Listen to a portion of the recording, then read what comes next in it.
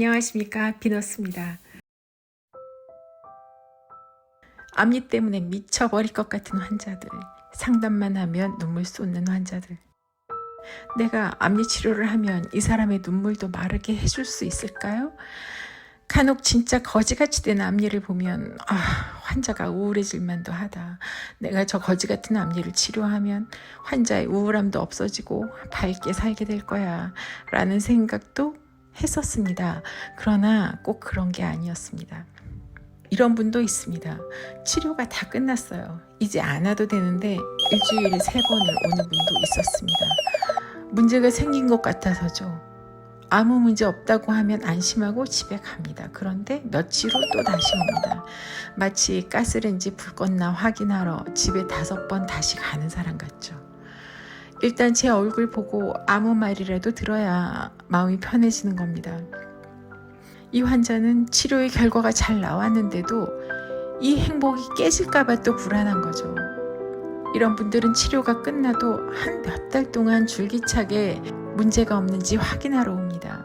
그러다가 진짜 별일도 일어나지 않고 더 이상 앞니가 신경도 안 쓰이게 되다가 어느 날부턴가 앞니를 잊고 살게 되는데 그 시간이 몇 달 걸립니다. 어느 날인가 자기도 모르게 치과 안 가도 되는 거죠. 앞니에 대한 불안장애가 소멸된 것입니다. 이런 일도 있습니다.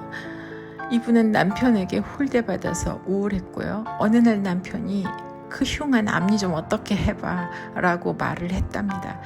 그래서 이렇게 바뀌면 그녀의 우울이 없어졌을까요? 남편은 그녀를 아끼게 되었을까요? 아닙니다. 여전히 눈동자는 우울하고 늘 뭔가 띵하고 진흙이 잔뜩 묻은 거울로 자기를 보는 느낌이라고 했죠. 저희 치료는 그녀를 행복하게 해주지 못했던 겁니다. 도대체 앞니만으로 겨루면 송혜교 씹어먹도록 해줬는데 왜 계속 우울한 겁니까? 또 어떤 분은 우울증 때문에 달랑 일주일이면 끝나는 대문이 하나 재치료를 2년 걸려서 하기도 했습니다. 올 때마다 울고 치료하러 왔다가 그냥 가고 내가 이 앞니 때문에 얼마나 죽고 싶었는지 저번 주에는 어떤 자살 시도를 했었는지 이분 영원히 안 끝날 것 같다라는 생각에 저마저 아파질 것 같았어요. 하지만 그분처럼 자신의 우울증을 인정하시는 분은 오히려 괜찮습니다. 가장 힘든 분은 자신의 신경질적인 문제를 모르고 있거나 인정하지 않는 분입니다. 또한 치과의사가 신경정신과적인 치료를 좀 받아보시죠 라고 말하면 굉장히 이상하게 생각하죠.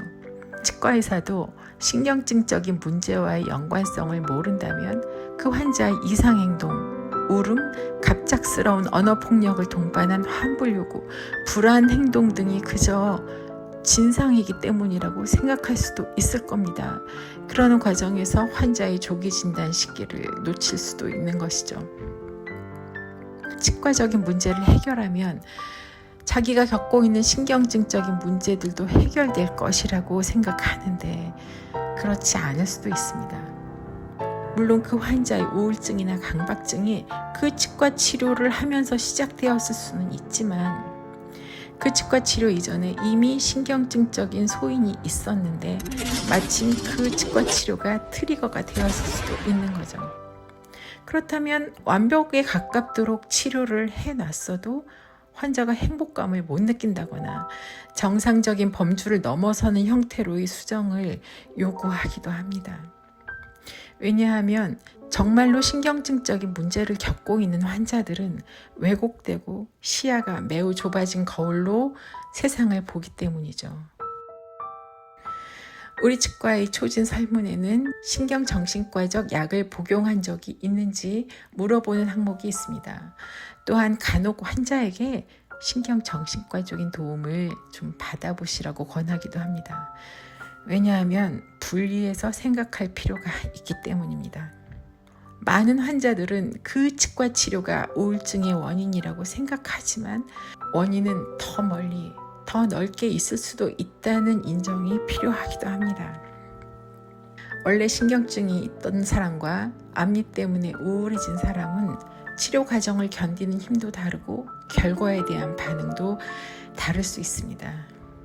저도 어렸을 때는 제 치료의 힘을 믿고 날뛰었지만 이제는 그런 범위까지의 기대는 하지 않습니다.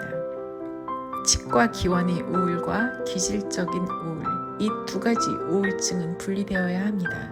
심하다면 상담을 받고 신경정신과적인 치료를 받으세요. 그것은 스스로 이겨낼 수 없습니다. 치과 치료를 환자 스스로 할 수 없는 것과 마찬가지입니다. 마음의 병이 고쳐지면 비로소 왜곡되고 탁한 거울이 펴지면서 맑고 환하게 세상이 보이겠죠. 맑고 깨끗한 거울을 평생 보면서 살아가세요. 거울 뒤로 무한하게 푸른 하늘과 시원한 공기가 있답니다. 오늘은 여기까지입니다. 끝까지 들어주셔서 감사합니다.